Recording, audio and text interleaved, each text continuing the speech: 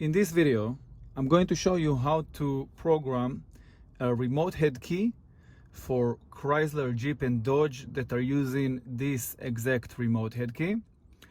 For this video, I'm sitting inside the 2007 Chrysler 300. But whether you're sitting in exactly the same car as I am, or any other Chrysler, Jeep, or Dodge, as long as you're using this exact remote head key, the programming process is exactly the same. Okay, so the situation right now is that the customer lost the key. We have no key, and what I'm gonna do, I'm gonna program this key out of scratch. I'm gonna add a key. Now, when we add a key for Chrysler, Jeep, and Dodge, we're just gonna add it to whatever keys we already have in the system, so it will not gonna erase the old keys. We're just gonna add additional key to what we already have, to what the computer already remember before. Okay, so before that, I'm gonna show you that this key is not yet programmed. What I'm gonna do, I'm gonna press the lock and the unlock. Okay, you can see the remote is not programmed, and if I'm gonna put the key inside the ignition and I twist it to the on, one moment, to the on position, I want you to pay attention here to this red dot. This red dot is the security light of the vehicle. Of course, in your vehicle, it could be in a different location on the dashboard, but you need to identify a red dot that is blinking. If it's blinking, it means that the key is not programmed. Once the key will be programmed, the red dot, the security light, will go on, disappear, and then we know that the key is programmed, and then we can start the engine. Now, since it's blinking, we know for sure that this key is not yet programmed.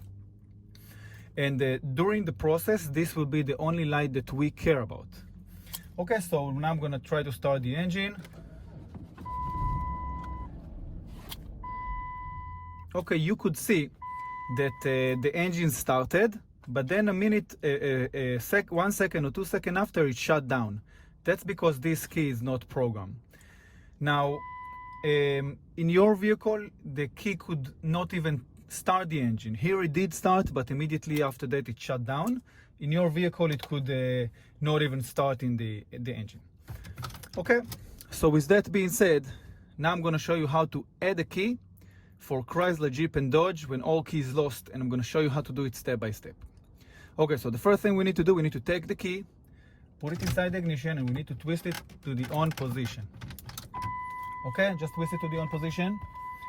Then we need to take the OBD cable adapter and we need to connect it to the OBD port, which is located underneath the steering column.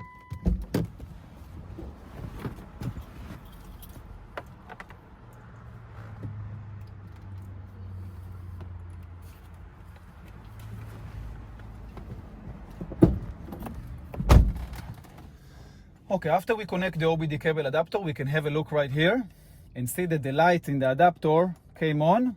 Okay, meaning that there is electricity in the vehicle, and now we can go to the programming process. Hi, I'm Moshe. I'm sorry to interrupt your video. I know it's a pain in the ass, but look, I want to tell you something important. I can tell that you're really interested in learning about how to program car keys and remotes. Well, that's what we do in Locksmith Videos Online. So this YouTube channel is just a small fraction of what we actually do. You should really visit our website at locksmithvideosonline.com. There, you could find hundreds of videos and tutorials that will show you step by step how to program all kinds of car keys and remotes. From transponder keys to remote head keys to smart keys for vehicles that have a push to start system, and much more when it comes to the locksmith field in general and the automotive field. So if you click on the link below this video or go to locksmithvideosonline.com, you can have access to all of the knowledge that I acquired throughout my 15 years locksmith career, and you can become as professional as I am on your first day and on your first try. Yes, I just said it. You can become as professional as I am on your first day and on your first try. I don't think you can afford to be without it. Okay, so of course we need to turn on the prop head. Okay, after we turn on the prop head, we're gonna have a look at the adapter and see that the light of the Bluetooth came to blue, meaning that there is a connection between the Bluetooth adapter and the prop head, and now we can start in the programming process.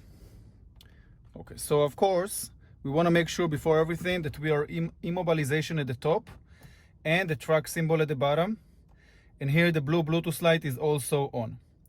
Okay, and whether you are doing Chrysler, Jeep, one moment, let me just organize it so you guys can see it good.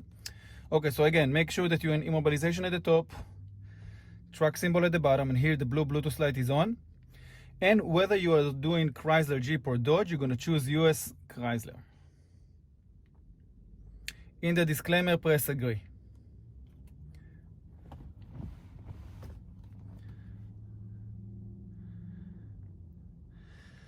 Okay, in this screen, you're going to choose Automatic Identify. The Automatic Identify will try to identify the vehicle automatically based on the V number. And as you can see, it did find it, so we're going to choose yes. Okay, in this screen, what we're going to choose, one moment. What we're going to choose number of keys. Okay, and we can see right now that in the memory of the vehicle, of this vehicle, there are 6 keys that are currently programmed. By the end of the process, we should have 7. All right, so we're going to press OK. And right now, we're going to choose read PIN code.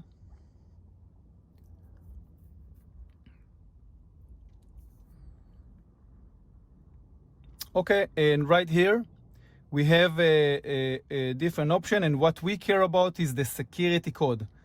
That's the only code that we care about, which is 2227. Again, it's 2227, and we're going to use it in a moment. Of course, in your vehicle, you should have a different security code because every vehicle have a different security code and is individual for every vehicle. Okay, so in our case, it's 2227. Of course, you will have to write down whatever you have. So we're going to press yes, OK. And here we're going to choose program blank key. Now it let us know, switch ignition to off position, insert a key and switch ignition to the on position, press OK to continue.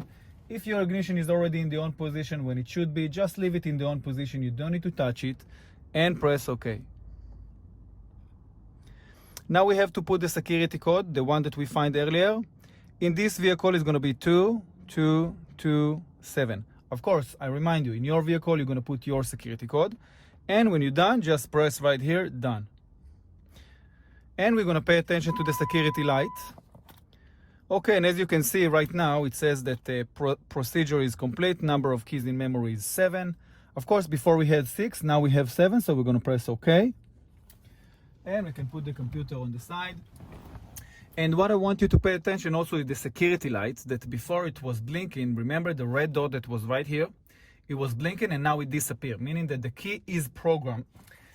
And basically right now we can try to start the engine.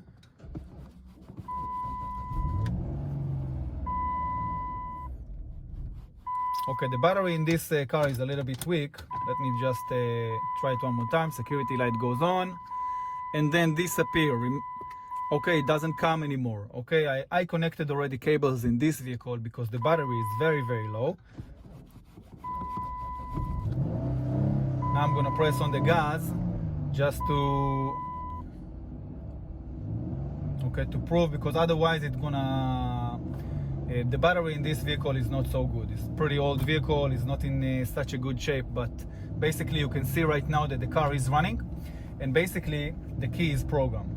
So again, the way to know if the key is programmed, okay, the way to know if the key is programmed or not, first of all, the computer told us that it is programmed. Second of all, we're just going to put the key inside the ignition, twist it to the on position, and we're going to look at the security light that goes on and disappear. If it disappears, the key is programmed, bottom line. Okay, now what left to be done is just to check the remote. So I'm going to press the lock and the unlock, lock and unlock, and it doesn't start it. One moment, let me try it one more time. Still doesn't do it.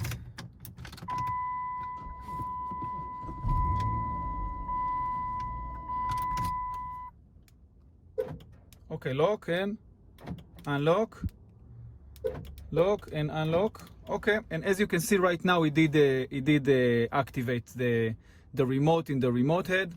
And sometime, I mean, in this case, I just had to press a little bit longer on each button. Of course, in some remote, it's just a small press, but in this remote, it's a bit longer press. Okay, so as you can see right now, it does work.